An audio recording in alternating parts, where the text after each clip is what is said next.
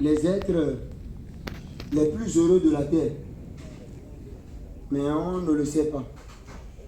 Nous sommes les personnes les plus chanceux de cette planète Terre. Tout un chacun de nous ici. Mais combien de fois on ne râle pas? Combien de fois on ne se plaint pas? Parce qu'on n'a pas eu ci, parce qu'on n'a pas eu ça, parce qu'on a commandé un verre qui est venu 5 minutes après, parce qu'on a été à la plage, on n'a pas eu de transat, ou parce que pendant une journée de notre vacances, il y a eu la pluie, il ne faisait pas beau.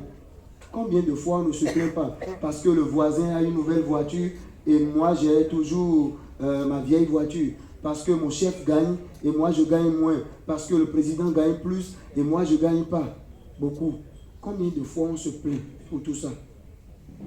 Mais à côté de nous, juste à côté de nos maisons, ou même parfois même au sein de nos maisons, nous avons des personnes qui ont juste envie, ils ont juste envie un jour de se lever de leur lit, mais ne pourront plus jamais. On a des personnes à côté de nos maisons, dans nos rues, qui veulent juste respirer d'eux-mêmes, c'est-à-dire avoir le souffle de vie, respirer d'eux-mêmes. Mais ils ne peuvent pas, ils doivent traîner toujours avec une bombole, avec des raccords dans les narines pour pouvoir respirer. On a des personnes qui n'ont même pas choisi vivre dans un pays où chaque fois il y a le tremblement de terre. On vient d'apprendre en Espagne, plus tard qu'hier ou avant-hier, l'érosion de volcans qui a dévasté plein de maisons, plein de fermes. Est-ce que ceux-là ont choisi de vivre là? On a des personnes qui vivent dans des pays de guerre où chaque jour, quand ils se réveillent, ils se disent « Ah, je ne suis pas encore tué, alors je peux encore vivre. » Et chaque jour, ils entendent des sifflements de balles qui passent à côté de leur mur et qui pénètrent même dans leur chambre. Ils ont vu leurs frères et sœurs, leurs parents, tout le monde assassiné, mais ils sont encore debout. Combien de personnes sur cette terre ont été ravagées par le Covid? Combien? Mais nous, nous sommes encore vivants. Nous avons encore la possibilité de manger, de parler, de marcher, de voyager. Nous avons encore la possibilité de nous payer des vacances. Nous devons être heureux. Et j'aimerais juste que vous gardiez un truc dans la tête. Quoi qu'en soit ce que la vie vous montre, quoi qu'en soient les aléas de la vie, quoi qu'en soient les vicissitudes que vous allez rencontrer sur vos chemins, que personne au monde ne vous enlève la joie de vivre. Même si on vous dit demain qu'il vous reste une journée à vivre, vivez-le avec joie et non avec remords. Vivez-le intensément.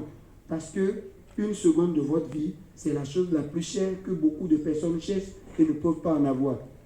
Sim, salam, bim.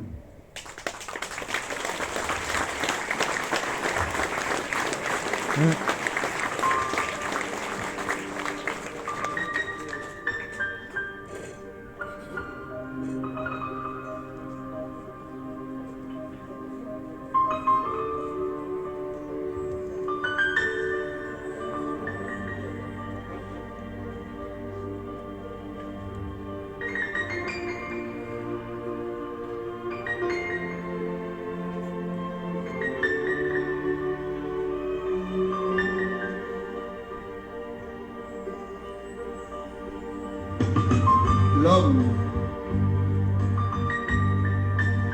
cet être fragile et vide comme cette boîte,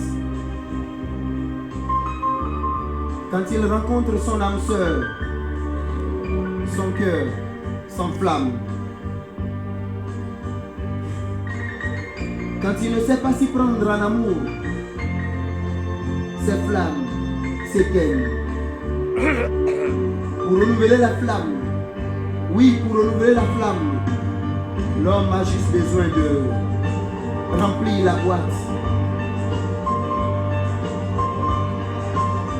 Ne dit-on pas parfois que l'homme pense et que la femme dépense? Qui ici me dira que l'argent ne fait pas le bonheur? Peut-être pour vous, l'argent ne fait pas le bonheur, mais moi je sais que l'argent, quand tu l'as, tu peux toujours rallumer les flammes. Aux hommes et femmes qui sont devant moi ce soir, aux couples qui sont ensemble depuis longtemps ou ceux qui viennent de l'être, ceux qui ont choisi une vie de célibat ou ceux qui projettent Rencontrez bientôt leur âme sœur. Ne laissez jamais votre boîte vide. Remplissez-la. Oui, remplissez-la de joie, de bonheur et de beaucoup d'amour. Les fleurs du destin peuvent perdre leur pétale fin, mais jamais leur parfum. Oui, les fleurs du destin peuvent perdre leur pétale fin, mais jamais leur parfum. Mais qui suis-je moi pour vous donner une leçon d'amour? Tout ce que j'aimerais vous dire, faites l'amour et non la guerre. La guerre périt, mais la paix guérit. La guerre périt, mais la paix guérit. Et qui suis-je moi, Thibaut, pour vous donner à vous une leçon d'amour? Tout ce que j'aimerais vous dire, faites l'amour et non la guerre.